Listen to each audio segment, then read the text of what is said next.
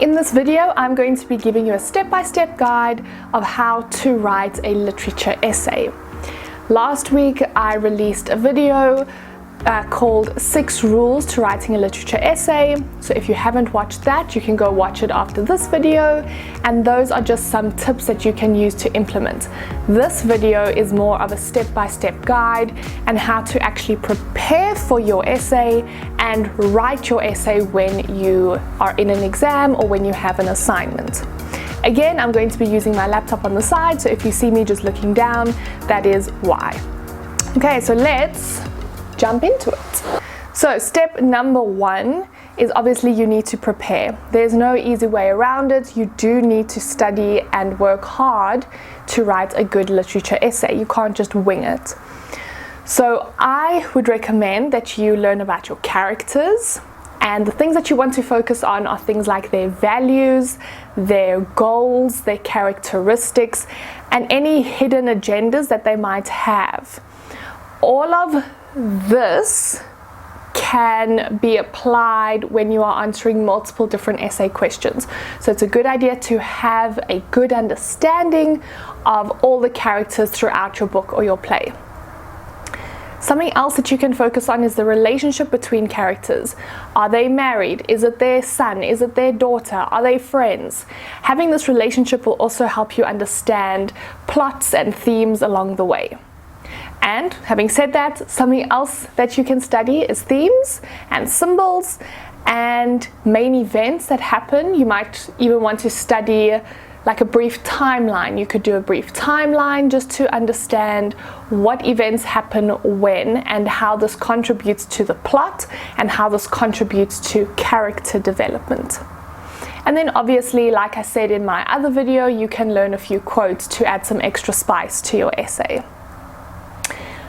I think I'll do a separate video where I actually show you how I would study, I think I just bumped the mic, how I would study for a literature essay and how I would lay it out. And hopefully that would inspire you to maybe take that approach. It's just a lot easier and less overwhelming if you break it up the way that I have learned to do over the years. So I'll do another video on that, otherwise this video is just going to be way too long. But basically the point I'm trying to make here is try to break up all of these notes across different pages. So maybe make one page just with characters and the information about those characters, and do another page of a timeline with main events, and do another page of different themes that occur during the book or the play. And that way, when you're trying to pull on information in your exam, you'll be able to picture those notes and think, oh yes, I want to talk about that characteristic from that character and link it to that theme, and you'll be able to picture clearly your notes, which is really going to help you apply your knowledge in an exam, because you don't know what the essay question is going to be.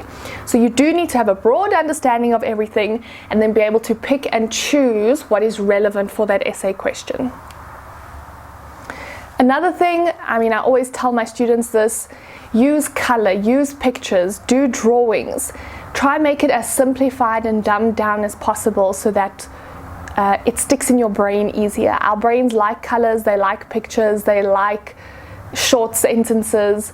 So if you can really dumb down and simplify your notes, it's going to make your studying so much easier, and you're going to feel a lot less stressed going into your exam.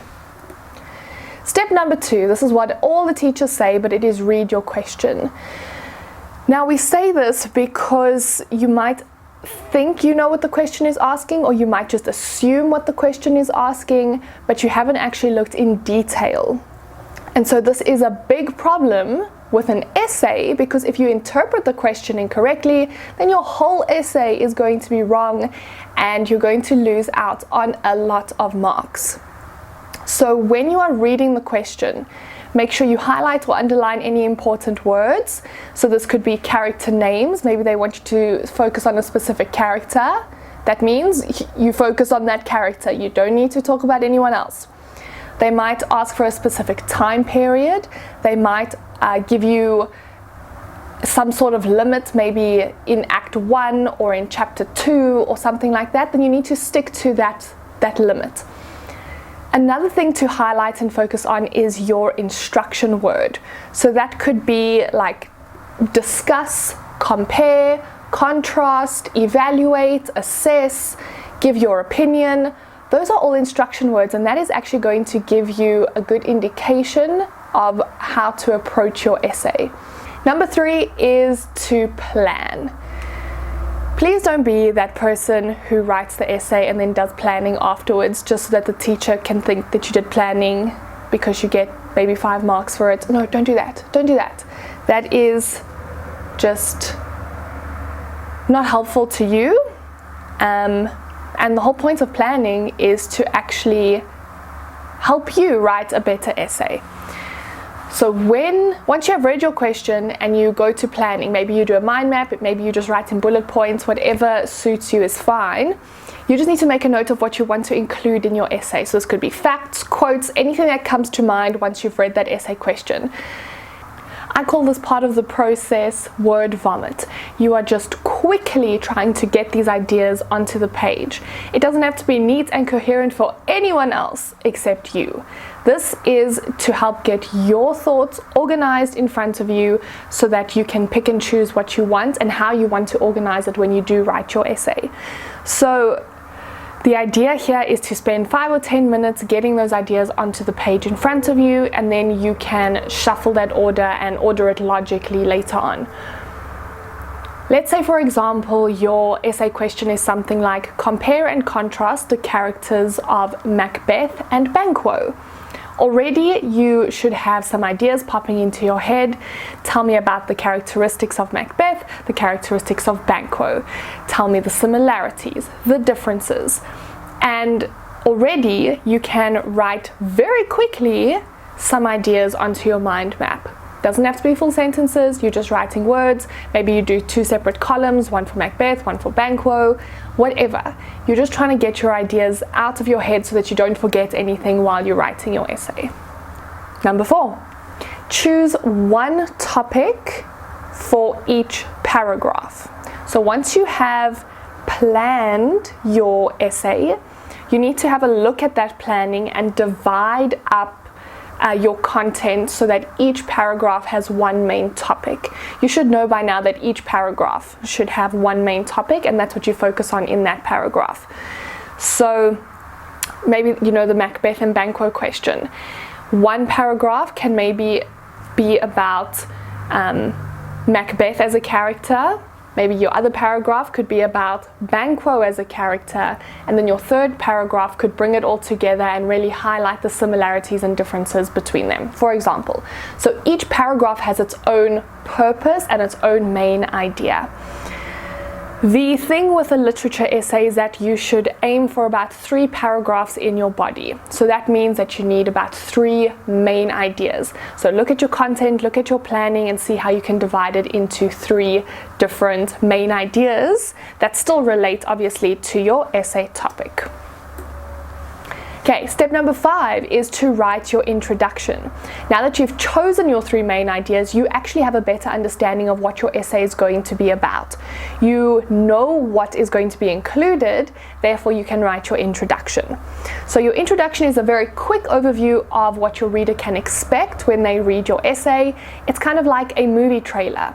You want to let your reader know what's going to be in your essay without giving away all the juicy details. Don't go into detail in your introduction. It should be 3 or 4 sentences long, and that is it. So with the Macbeth and Banquo example, you could say something like, Macbeth and Banquo are very different characters, but there are a few similarities between them. This essay will explore those differences and similarities by focusing on the characteristics and values of both Macbeth and Banquo. Easy peasy, that's your introduction. Then your reader knows that your essay is going to be about Macbeth and Banquo, similarities and differences between them. So they know what to expect. And that means your whole essay has to align with your introduction. You can't suddenly bring the 3 witches or Lady Macbeth into your essay because you weren't asked to do that, and your introduction doesn't say that you're going to do that. So if you are feeling a little bit confused, go back to your introduction and just remind yourself of what you said your essay is going to be about. So your introduction is one paragraph containing 3 to 4 sentences. Then you're going to write your body. So this is step number 6. Your body should have 3 paragraphs, like I said, 3 main ideas, and it is useful to use the Peel method. I'm sure your teacher has spoken to you about the Peel method. So we have the P, which stands for point, the first E stands for evidence, the second E stands for explain, and the L stands for link. So within each paragraph, you apply the Peel method. So each paragraph will have a point, evidence, explanation, and a link. So you need to do that 3 times if you're going to have 3 paragraphs in your body. Like I said earlier, I do have that other video with the 6 rules, and maybe some things will help you in that video. So again, I'll link that and you can go and have a look at that for some more ideas.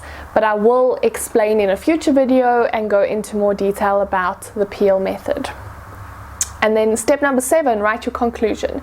Your conclusion has no new information in it. You are just giving a quick summary of what your essay was about, sum up what you spoke about. It's going to feel like you're repeating yourself. That's fine. You are just wrapping it up nicely.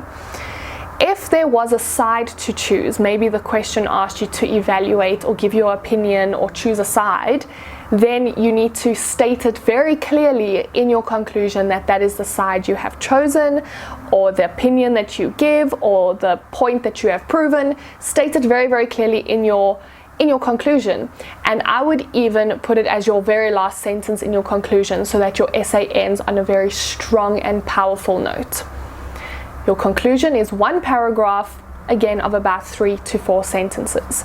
So that means that your entire essay should be 5 paragraphs. Your introduction, your first paragraph of your body, your second paragraph of your body, your third paragraph of your body, and then your conclusion. So your introduction and conclusion have about 3 or 4 sentences, and then these 3 paragraphs from your body, this is where you apply the Peel method. So peel, peel, peel. And then that's how you end up with a literature essay. So 5 paragraphs, but 3 main ideas. Because remember, in your introduction and your conclusion, you're not introducing any main ideas.